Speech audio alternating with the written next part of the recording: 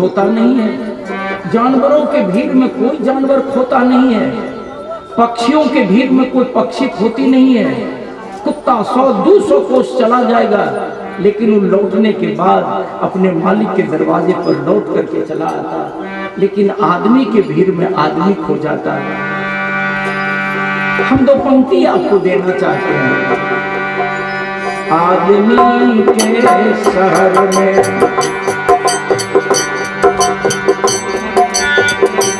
आदमी के शहर में हो गया है आदमी, आदमी के शहर में हो गया है आदमी, आदमी के शहर में। ढूंढता हूँ नगर में, ढूंढता हूँ नगर में, ढूंढता हूँ शहर में, मिलता है आदमी, आदमी के शहर में हो गया है आदमी, आदमी के शहर में हो गया है आदमी, आदमी के शहर में। खेतों में ढूंढा, खलिहानों में ढूंढा, बागों में ढूंढा, बगीचों में ढूंढा। खेतों में ढूंढा, खलिहानों में ढूंढा, बागों में ढूंढा, बगीचों में ढूंढा। मिला न आदमी,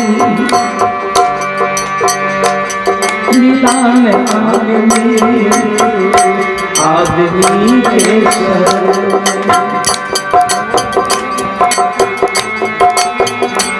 आदमी के शहर में।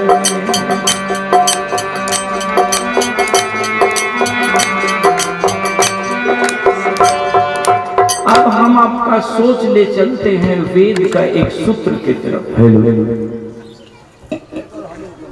हमने ऐसा क्यों गाया?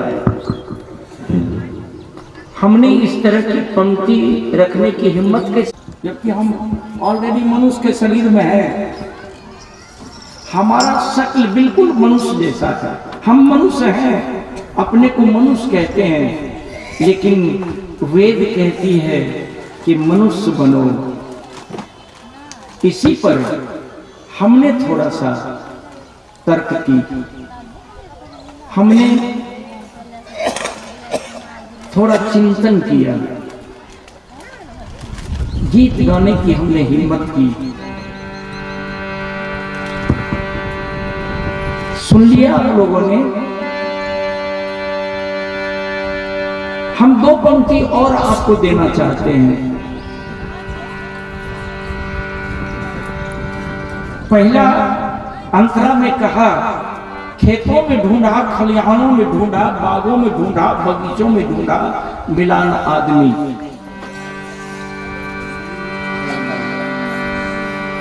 हम दूसरी पंक्ति आपको देना चाहते हैं। इसका निर्णय क्या होगा बाद में आप समीक्षा कर लेंगे।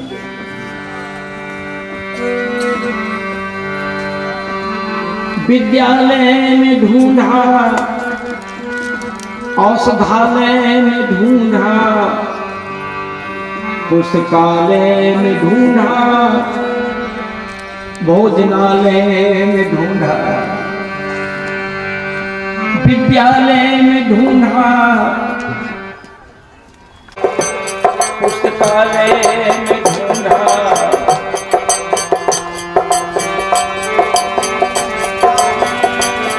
औषधालय में ढूंढा, भोजनालय में ढूंढा, मंदिर में ढूंढा, मस्जिद में ढूंढा, मिला न आदमी,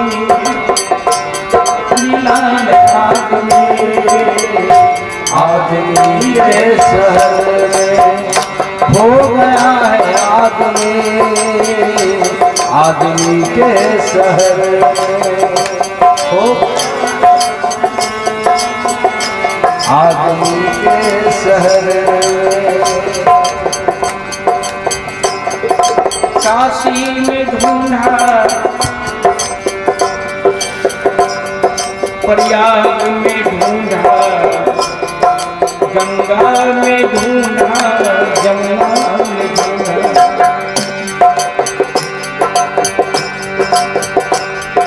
अज्ञानता के अंधेरी रात में ज्ञान का लालटेन जलाकर एक पागल आदमी मनुष्य की अहमियत को ढूंढने निकला है। जहां कहीं गया उठा पटक देखा, धोखा देखा, लालच देखा और चारित्रिक क्षेत्र में गिरावट देखा, बहुत कुछ देखा। कबीर सत्य पूछो तो आपके भारत में मैं क्या क्या देखा। कबीर सत्य पूछो, ध्यान देंगे आप लोग, कबीर सत्य पूछो तो तेरे भारत में मैं क्या क्या देखा। बड़ी अन्याय और बेशर्म का नंगा नाच में देखा।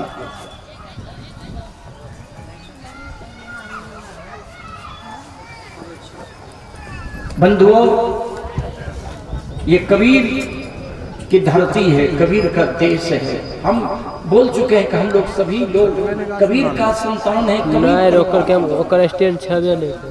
लेकिन कभी कभी जब किसी चीज की कमी होती है तो घर का अभिभावक से घर के सदस्य लोग मांगते हैं,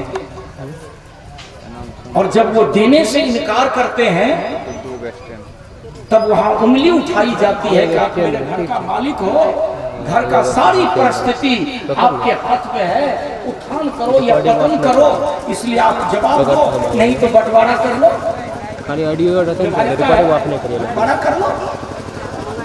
तो मैंने दो पंक्ति कही है, आप लोग ध्यान दें कि कबीर तेरे भारत में मैं क्या क्या देखा। बड़ी अन्याय और बेशर्म का नंगा नाच में देखा। कहीं इंसान को दाने के बिना सड़क पर दम तोड़ते देखा, कहीं कुत्तों को हलवा दूध से मुंह फेरते देखा।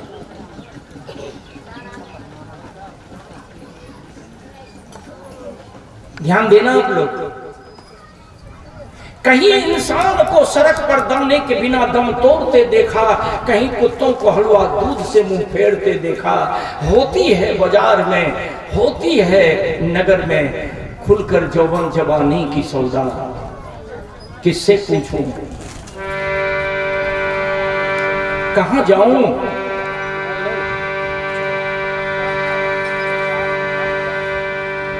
कभी कभी मन में बात आती है तो कभी कभी मैं पलट करके कृष्ण पर उंगली उठाता हूं और कृष्ण से कहता हूं कि कृष्ण झूठ बोला था, आपकी सत्य बोला था, मैं नहीं जानता, लेकिन किताब के पन्ने में लिखी हुई बात है। और पर लिखने वाले या पढ़ने वाले, लिखने वाले कोई हों लेकिन पढ़ने वाले कहते हैं कि यदा यदा ही धर्मस्य ग्लानिर्भवति भारत अभ्युत्थानं धर्मस्य तदात्मानं सृजाम्यहम्, कि जब जब धरती पर धर्म वेद अपमान सत्य का होता है तब तब भार उठाने को अवतार प्रभु का होता है। कहाँ नींद में, गाढ़ी नींद में सोए हुए हो, और क्या होना है देश के धरती पर। हिंदू मुसलमान, मंदिर मस्जिद, नीच ऊंच, गरीब अमीर, जातिवाद, पूंजीवाद। इसलिए मैं आपसे निवेदन कर रहा हूं कि होती है बाजार में खुलकर यौवन जवानी की सौदा, बिगड़ती रोटियों पर, बिगड़ती वस्त्रों पर मां बहन की लाज को देखा। बंधुओं, किससे कहूं मैं अपने मन की व्यथा, किसको सुनाऊं। इसलिए मैं आपसे निवेदन कर रहा हूं कि कबीर साहेब का संदेश और कबीर साहेब की कही हुई बात, कबीर साहेब का बतलाई हुई रास्ता, कबीर साहेब का दिया हुआ सिद्धांत और कबीर साहेब के बारे में यदि आप चिंतन करें तो मैं कह रहा हूं भूतो न भविष्यति। कबीर साहेब जैसे संत दुनिया के धरती पर कबीर के बाद आप दूसरा कोई पैदा नहीं लिया, और भविष्य में भी शायद कबीर जैसे संत कोई धरती की मिट्टी, भारत की मिट्टी लाएगी, प्रकृति लाएगी या नहीं लाएगी, हम तो नहीं रहेंगे, हम तो नहीं रहेंगे। लेकिन ये भारत की मिट्टी किसी न किसी संत को लाएगी।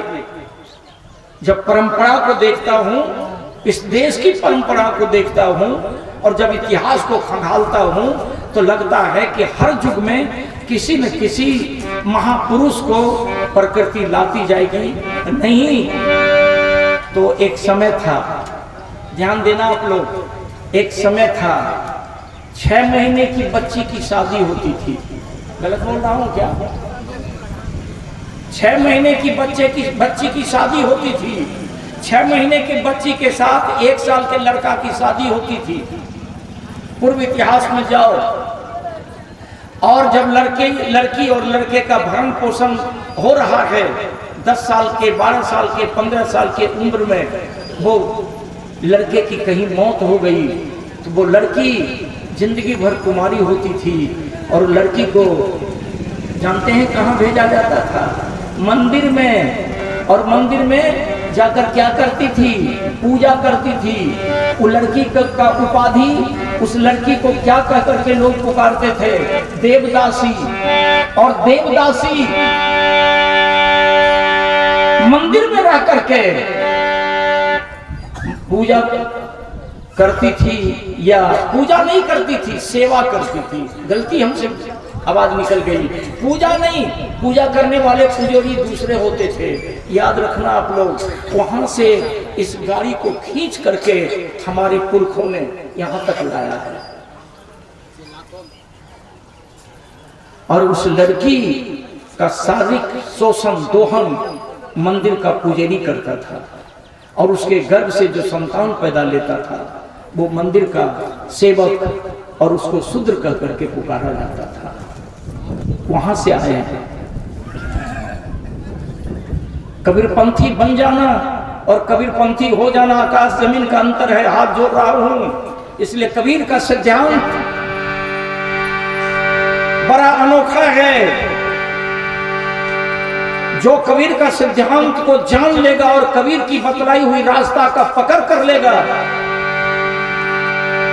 फिर क्या कहना, उसकी जिंदगी में 4 चांद लग जाएंगे।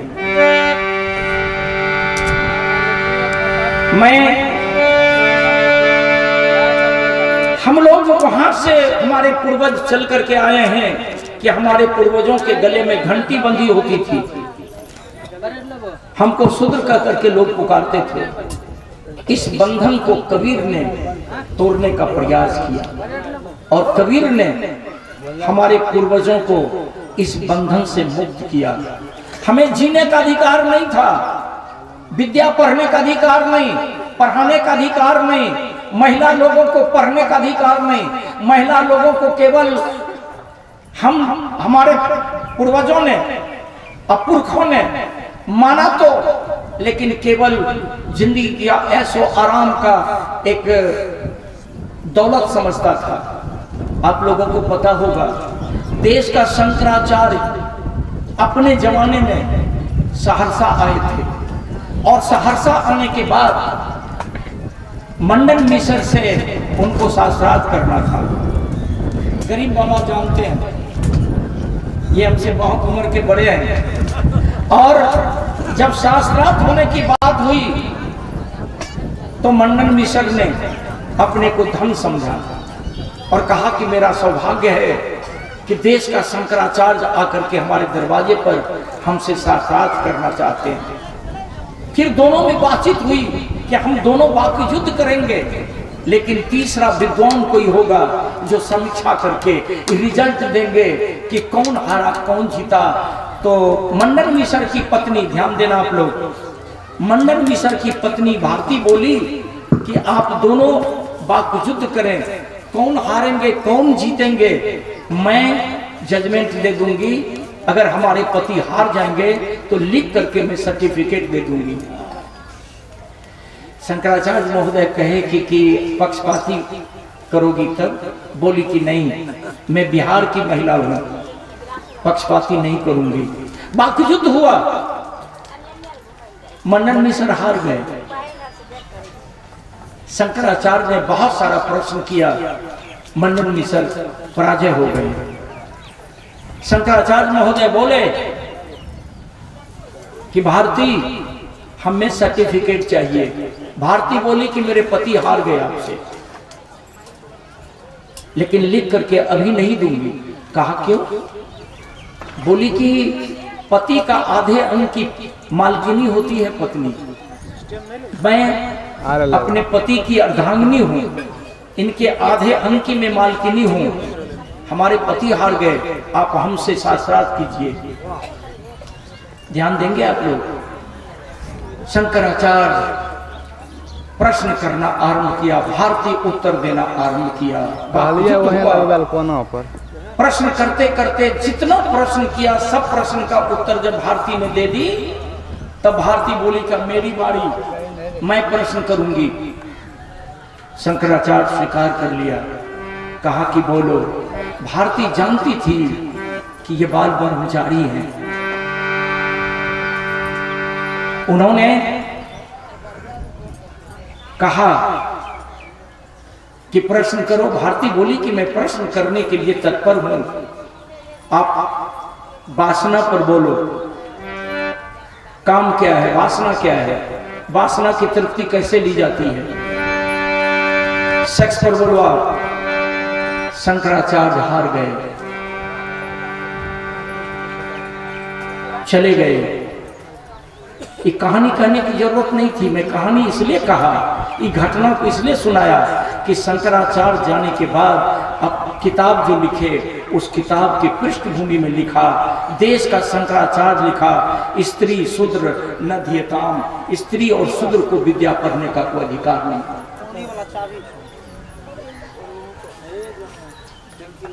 यही नहीं,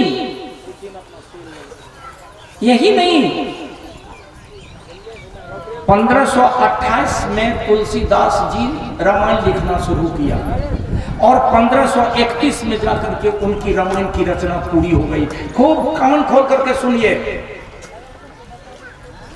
और निवेदन यह मैं कर रहा हूं कि हमारा तरफ तनी जुत्ता उता कोई नहीं फेंकियो, नहीं ईटा कंकर पानी डर लगे छे, हम पहले हार मान लिया।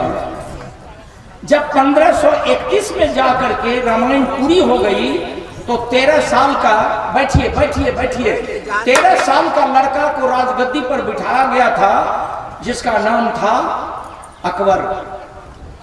उसके राज्य में 9 विद्वान थे, 9 रत्न, और 13 साल का अनपढ़ लड़का को गद्दी पर बैठा करके भगवान बना दिया। अल्लाह अकबर भगवान बना दिया। उसी में 9 में से एक टूडरमल था। हम एक बहुत जबरदस्त प्रश्न कर रहे हैं आप लोगों से, उत्तर देना होगा। रामायण पूरी हो गई। रामायण लेकर के तुलसीदास जी अकबर के राज दरबार में पहुंचे। टूडरमल स्वागत किया और अपनी रचना रामायण को लेकर तुलसीदास जी ने टूडरमल का हाथ में भेंट दिया। टूडरमल ने खुशी खुशी से रामायण को स्वीकार कर लिया, जबकि स्वीकार नहीं करना चाहिए। और वह तुलसीदास जी की भेंट की हुई रामायण अभी भारत के संग्रहालय में रखी हुई है, पता कर लेना आप। रामायण भारत के संग्रहालय में रखी हुई है। अब प्रश्न उठता है कि तुलसीदास की रचना को टूडरमल मुसलमान ने क्यों स्वीकार कर लिया? कोई कारण होगा स्वीकार करने का, इसलिए स्वीकार कर लिया कि तुलसीदास की संपूर्ण रामायण को पढ़ें और वाल्मीकि संपूर्ण रामायण को पढ़ें। वाल्मीकि रामायण को शुरू से अंत तक पढ़ लीजिए और तुलसीकृत रामायण को शुरू से अंत तक पढ़ लीजिए। हिंदू शब्द उसमें कहीं नहीं है। माथा ठनक जाएगा, पैजल हो जाएगा। हिंदू शब्द कहीं नहीं है। स्वीकार क्यों कर लिया? तो मैं रामायण की एक पंक्ति आपको सुनाता हूं। जय वर्ण अधम तेली तुम्हारा, सुपच किरात कौन कलवारा।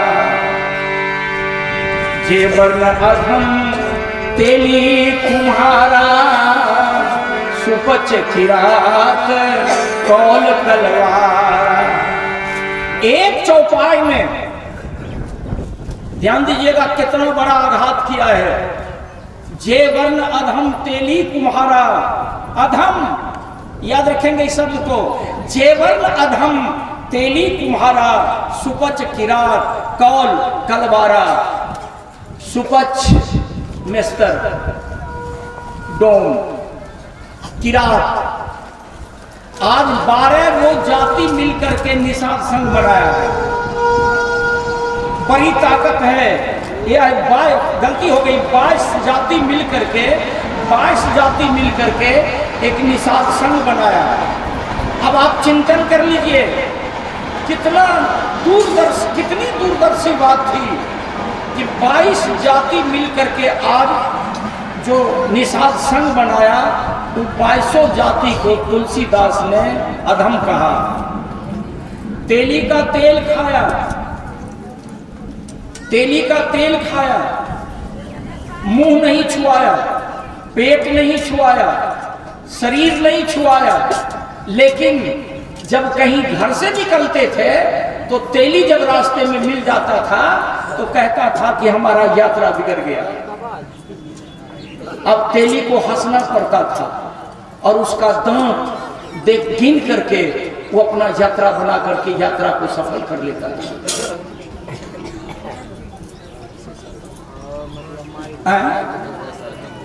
हाँ, जरा दांत नहीं होते ओकरा हंसा दल के मतलब तेली को अधम कहा।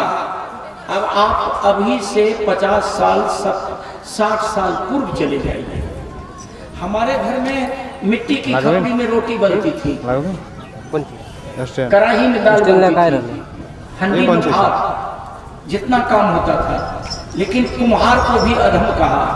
आप समझ लीजिए कि कितना कोमल जाति होता है और कुम्हार को अधम कहा। कुम्हार का बर्तन में खाया लेकिन कुम्हार को अधम कहा। सुपच किरात कौल कलवारा, तो तेली कुम्हार की चर्चा तो हो गई। सुपच की बात तो मैं कह दिया कि डोम जिसको कहते हैं वो भी हमारे परिवार का लोग है। जिसको हम डोम कहते हैं, चमार कहते हैं, वो भी हमारा ही परिवार का लोग है। लेकिन उसको तोड़ा हम लोगों को कमजोर करने के लिए किरात 22 जाति को मिलकर के निषाद संघ। आगे बढ़िए। कौल आदिवासी, जितने आदिवासी में जाति और उपजाति हैं सबों को अधम कहा। कलवार अधम कहा। कान खोल करके सुनिए आप लोग। लिखते लिखते तुलसीदास यादव को भी अधम कहा। लिखते लिखते तुलसीदास यादव को भी अधम कहा और अंत में कहा कि अधम जाति को शिक्षा देना, पढ़ाना लिखाना, सर्प को दूध पिलाना बराबर है।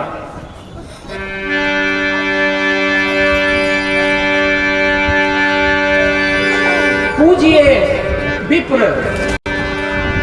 शील गुणहीना, पूजिए न शूद्र ज्ञान परवीना। ब्राह्मण यदि मूर्ख हो, काहिल हो, गंवार हो तो भी पूज्य है। लेकिन शूद्र में से अधम, जिसको अधम कहा, अगर 5 विषय से एमबे है तो वो पूजा करने योग्य नहीं है। ढोल गमार शूद्र पशु नारी ये सब है काजन के हितकारी। सत्संग में आए हैं, देश रसातल की तरफ चला जा रहा है, इस समाज बचने नहीं जा रहा है। इसलिए मैं आप लोगों से निवेदन किया कि देखिए, वाल्मीकि ने, आप लोगों ने सुना होगा कि वाल्मीकि के आश्रम में सीता जी ठहरी थी। वाल्मीकि के आश्रम में सीता जी के कोख से लव पैदा लिया। मैं कह रहा हूं, आप लोग सुनिए, सर में दर्द उठ जाएगा। वाल्मीकि सीता जी को देखा ही नहीं। कितनी बड़ी चापलूसी है।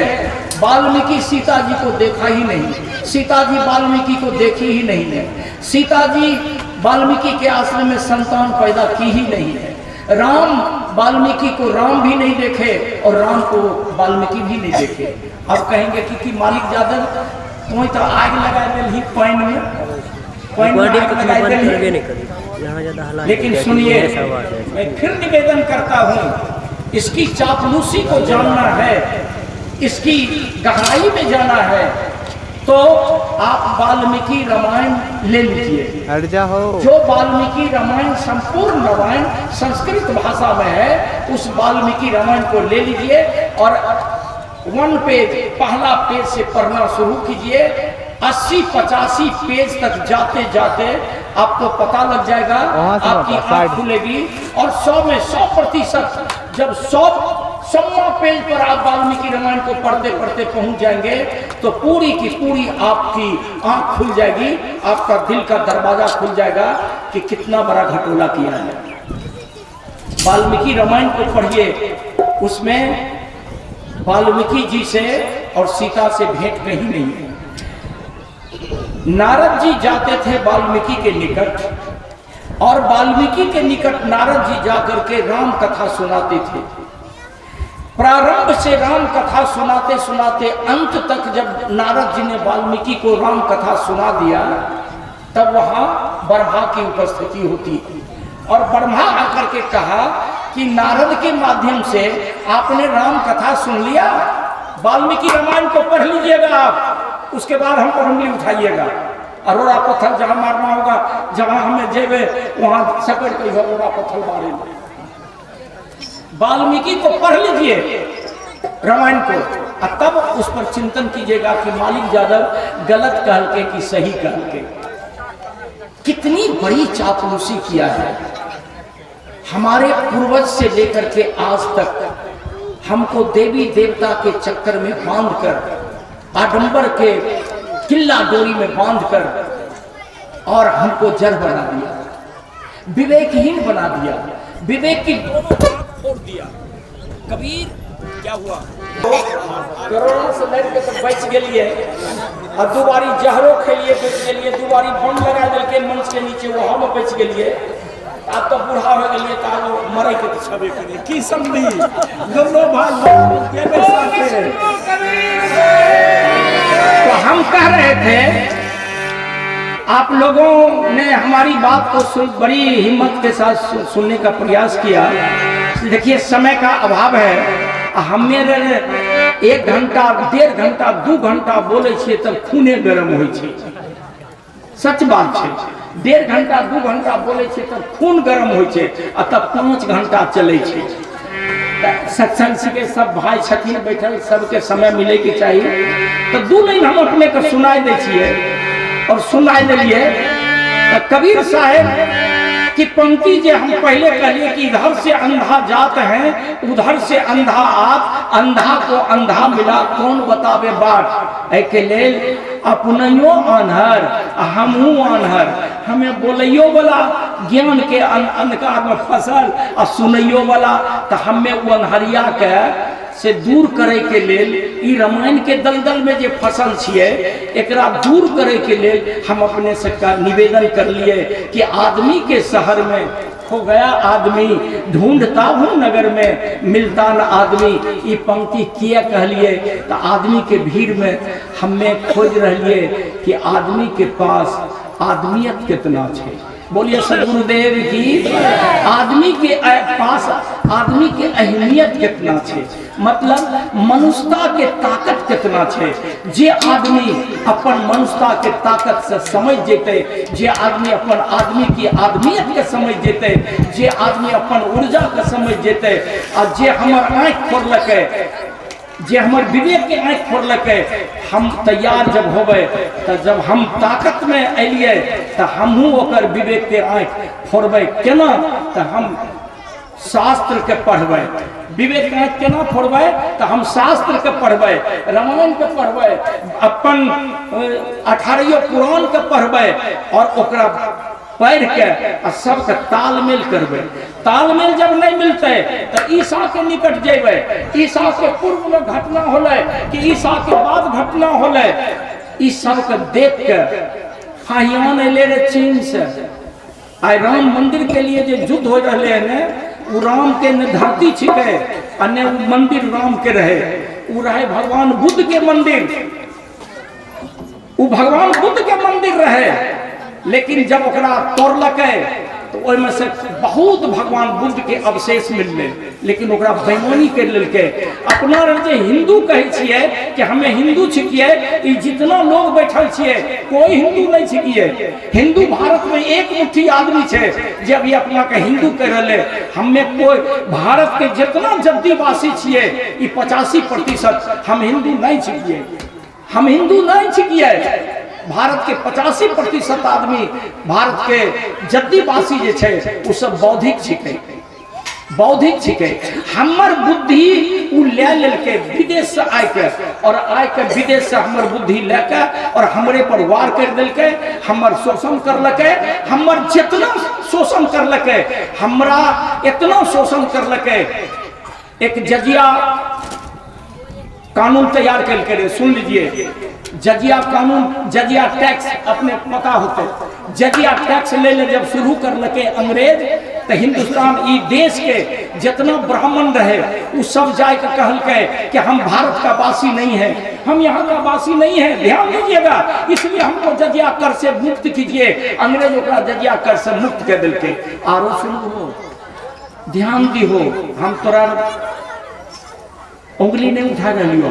ओकर बाद एगो टैक्स लगेलकै रहे हमरा पूर्वज के, हमरा नानी के, परनानी के, हमरा दादी के, परदादी के, हमरा मने माय के, मौसी, काकी के, ओकरा पर टैक्स लगेलकै रहे। टैक्स कौन सी लगेलकै?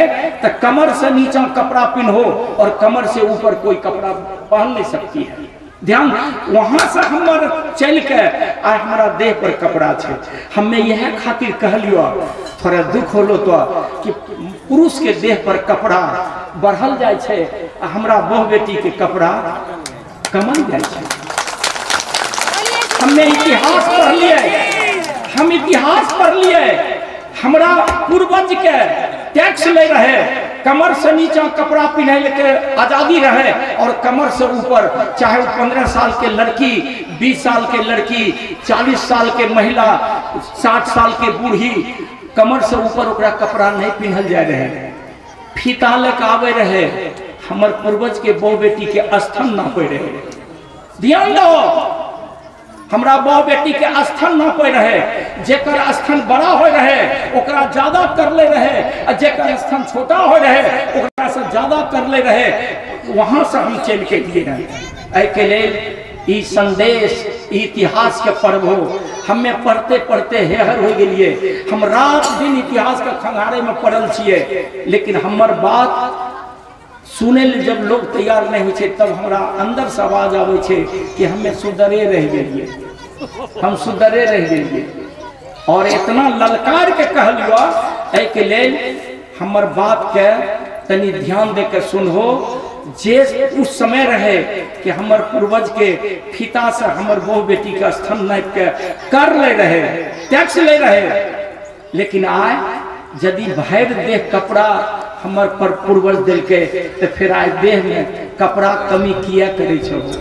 एकरा कम से कम मने व्यवहार में लाबो।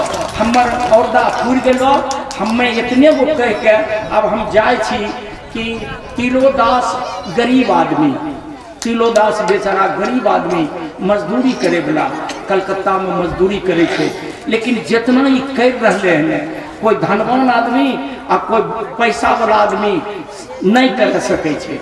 एहि के लेल जे करलकै तिलोदास, हमें आबे लायक नहीं रहिए, एते गर्मी पड़ले, लेकिन राजकुमार मोटरसाइकिल से उठा के लेलकै, जबकि मोटरसाइकिल हमर उम्र भए गेलै, अब उम्र बहुत ज्यादा भए गेलै, 78वां जा रहे 80 के छुएल जा रहिए, लेकिन फिर भी हम अलिए यह खातिर अलिए कि जेबै तो तिलोदास के मनोबल बढ़ते, जेबै तो तिलोदास के मनोबल बढ़ते, और कम से कम हमारा पास जो जानकारी है कुछो लोग के देवे तो हमार बात कैसन लगल होते अपने सुन लिए, और हम 2 मिनट समय बेसी ले लिए, एकरा लिए क्षमा करबे, अपने कोटि कोटि नमन। बोलिए सदगुरु कबीर साहेब की, कबीर साहेब की, कबीर साहेब की। अब हमार दंडवत बंदगी नमस्ते। अब हमें जाए छी, तब गलती सही जो बोलायल होते ओकरा माफ करबे।